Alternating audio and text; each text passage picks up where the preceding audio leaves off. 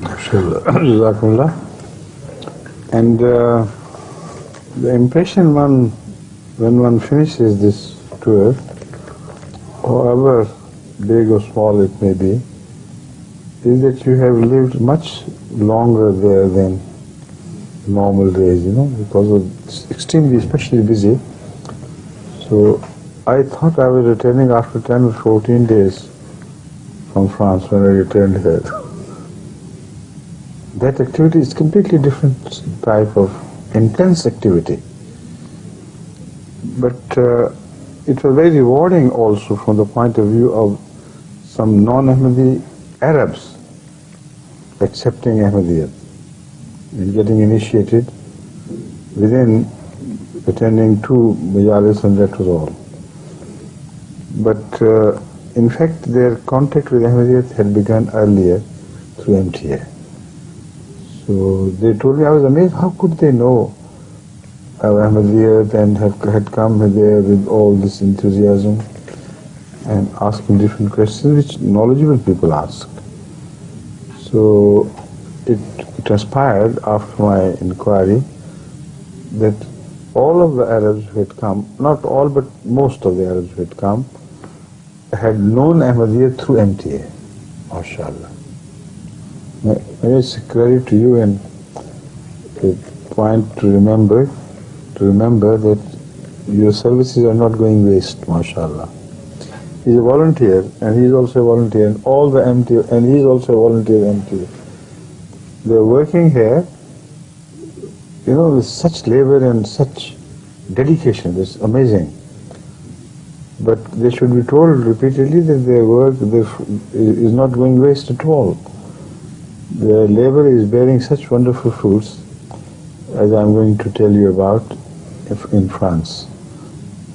So they told me that they had the first knowledge of Ahmadiyya through MTA, because by turning the knob, and I've noticed Arabs are more fond of television than others are, of all ages, and they have the strength to watch television till late at night. I don't know, their timings are different from us perhaps, but they watch television up to 2 o'clock in the morning and then sleep late and then have a bigger break in the afternoon. Then the whole night is theirs. So they complained that MTA is no longer available, no longer viewed on the same channel as we used to watch it. But the problem is that of the change of satellite system and everything. So I have told the Jamaat to provide them the proper information and if possible help them install the antennas in the right direction. Because the demand was very strong. They said we have got used to it, and when we can't find MTA, it's very disturbing. We don't like this. We want it again. But that was the background of why they became interested. Now, during question and answer sessions, I found that they had some very important questions to ask, which either we had not discussed here on MTA, or they had missed those programs. Many a time they had missed, in fact.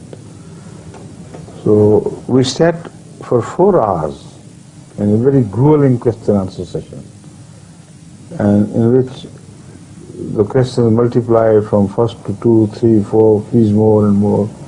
And they said, no limits, go on, exhaust yourself. Huh?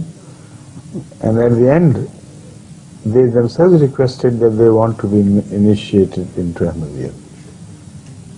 And the zeal with which they became Ahmadis is amazing. Faces which were alien, unknown, completely strangers. They were overwhelmed with emotions of love and dedication and spirit. And 2 among them were imams of some mosques in Paris. And I was amazed to see them change so rapidly. Imams are the most difficult to change. because they have their own worldly benefits attached to their followings. And they know that Ahmadiyyat is not a popular thing. So for them to be converted in such zeal, one of them, as he met me, it was difficult to stop him sobbing and crying, just like a child. And he was an elderly, not very elderly, but 40s. About 40, 30, 40s. About 40, yes. 40 of age, and young man at 40, he was very strong and stout and very knowledgeable. When he started questioning, then I knew he was.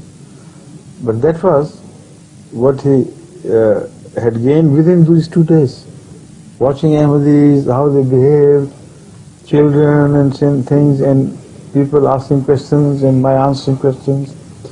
Then they inquired many questions about the Holy Quran. That was the most wonderful part of it, which impressed me so much. Like you, they are interested in knowing things about the Holy Quran which they don't read in other books, which keep them puzzled and they can't find the answers. So the main factor, I think, which helped them decide that this is the Jamaat was this. Because whenever I answered, I could see their faces were completely transformed. I could see them, feeling so happy about and relaxed at finding some very interesting, deep, profound meaning of those verses, which appeared to be without any clear meaning to them before, which they read about in old commentaries and they couldn't be satisfied. So this is the Ahmadiyya tafsir, which I think is the most impressive to the Arabs, because this is their language. They think he doesn't even speak a few words of Arabic, but when it comes to the Quran, they agreed 100%. Not a single, a word of difference. And this led to other questions and others. So many became Ahmadis, not only from Arab countries but also from some African countries, from France, Paris itself. So it was a very rewarding tour from that point of view. And because this was the last session, so it was wonderful,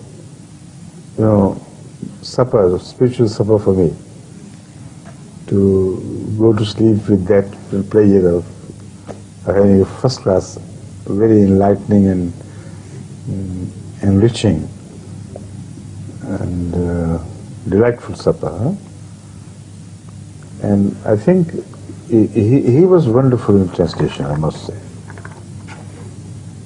We had 2 translators, one from French to,